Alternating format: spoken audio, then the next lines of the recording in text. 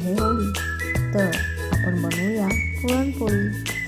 नमस्ते मैत्रिणींनो, होळीसाठी एक छानशी कुमकुमीत फुगलेली पुरणपोळी चला बनवूया आपण.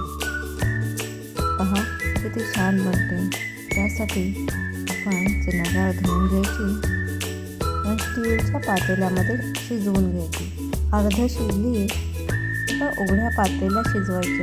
अर्ध शिजली की आपण गुळाचा पाक करून घ्यायचा.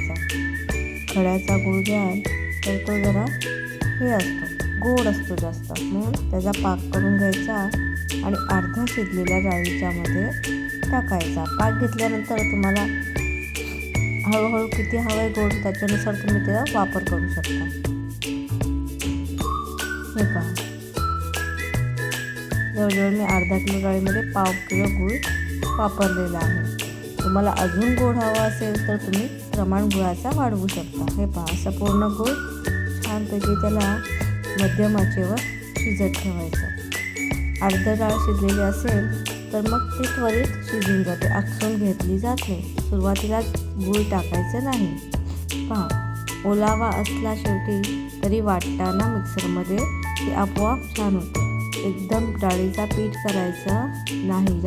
आपण वरणासाठी डाळ शिजवतो तसं नाही करायचं. पहा, मिक्सरमधून जाडसर अशी काढून घ्या, कारण मिक्सरमध्ये ही पूर्ण आपल्याला जशी पोळीला हवी तशी नाही होणार. नंतर आपल्या पुरणाच्या चाळणीतून डाळ गाळून घ्यायची. गाळून म्हणजे कशी घ्यायची, आता मला शिजलेली आहे, आपले हातात पकडताना अशी वाटी किंवा कप घ्या आणि त्याची छानपैकी अशी घासून घ्या. पहा, खूप छान अशी डाळ पडते, अगदी बारीक. ही पहा, ही मी सुरुवातीलाच तुम्हाला दाखवत आहे.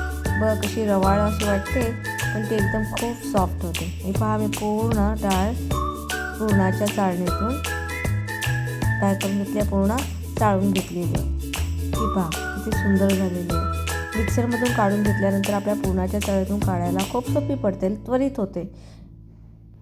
पहा, आता मी पोळीसाठी डो तयार करताना अर्धा भाग मैदा आणि अर्धा भाग चपातीचं पीठ वापरलेलं आहे. समजा आता मी 2 वाटी मैदा तर पुन्हा 2 वाटी चपातीचं पीठ वापरलेलं आहे, म्हणजे आपल्या गहूचं पीठ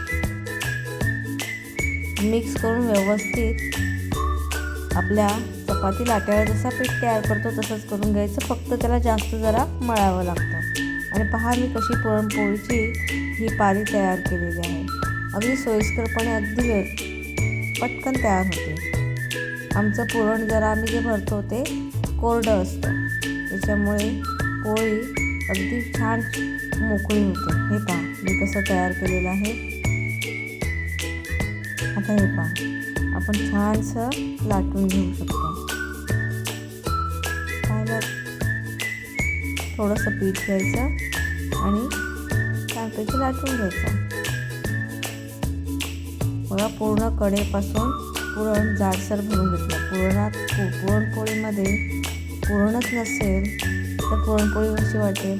खास वजनदार टुमटुमीत फुगलेली पुरणपोळी नक्की करून पहा. आवडली तर लाईक करा, शेअर करा आणि सबस्क्राईब करायला मात्र विसरू नका. आतापर्यंत सबस्क्राईब केलं त्याबद्दल मनापासून धन्यवाद.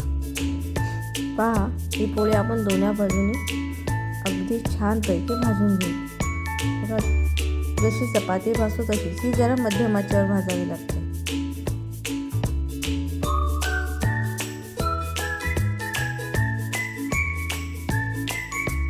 पहा, भाजताना आपण मध्यभागीच भाजायचं नाही, किनारे पहिले भाजून घ्यायचे दाबून, कारण एकदा फुगली की मग ती पोळी किनारे आपल्याला जास्त व्यवस्थित भाजून घेता येते. हे पहा, म्हणून पहिल्यांदा सुरुवातीलाच त्याच्या किनारे असतात जे काठ ते व्यवस्थित भाजून घ्यायचे. आपला खमंग साजूक तूप लावायला विसरू नका. धन्यवाद.